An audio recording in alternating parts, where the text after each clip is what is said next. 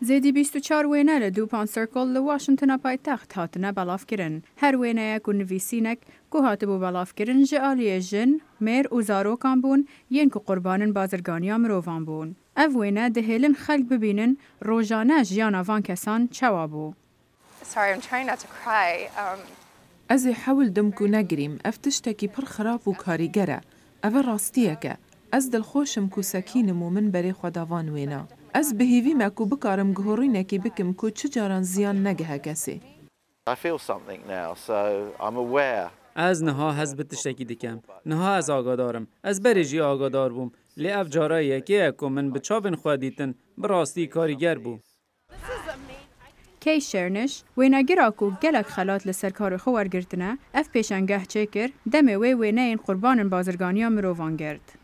I was first introduced to the issue of human trafficking through an assignment I had. من یکم جار بازرگانی مروان بهیس دمه من لسال 2005 لوزارت درب امریکا کار دکر.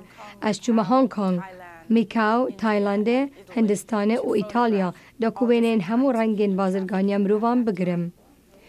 زیدگاوین لسرمافن مروف هشت کو شرنش کار خو بردوام بکه برای خستن نه حکومی اندجی بازرگانیا مروان و افرنگ پیشانگه ده سال 2009 لهولندا دست بکر.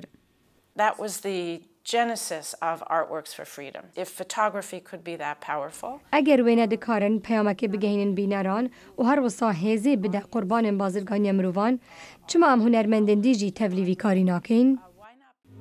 هنرمندن دنجی بجداری وی کاری بون برنگ خوی تایبت وکو دیلانه. I think it makes a bigger impact through empathy. از باور دکم افکار دهیل مروف بجداری خمین قربانیان بازرگانی مروفان ببه.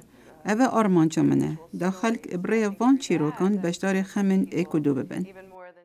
اف پیشانگه لگلک باجارن مازن هاته پیشکش کرن. تایبتی ها پیشانگه ها واشنطن اوه کو کار گلک پنابران تیدایه و هر وصا تش به دست قربان بازرگانی مروان هاتنه چه کرن. که شرنش دبیجه آرمان جوان لآرتورکس فور فریدم آنکو کار هنری جبو آزادیه اوه کو خلق آگادار بن لسر بابتا بازرگانیا بمروان و کو هر کسکی رولک هیا بداوی آنینا بازرگانیا مروان هر کس دکاره تشتکی بکه.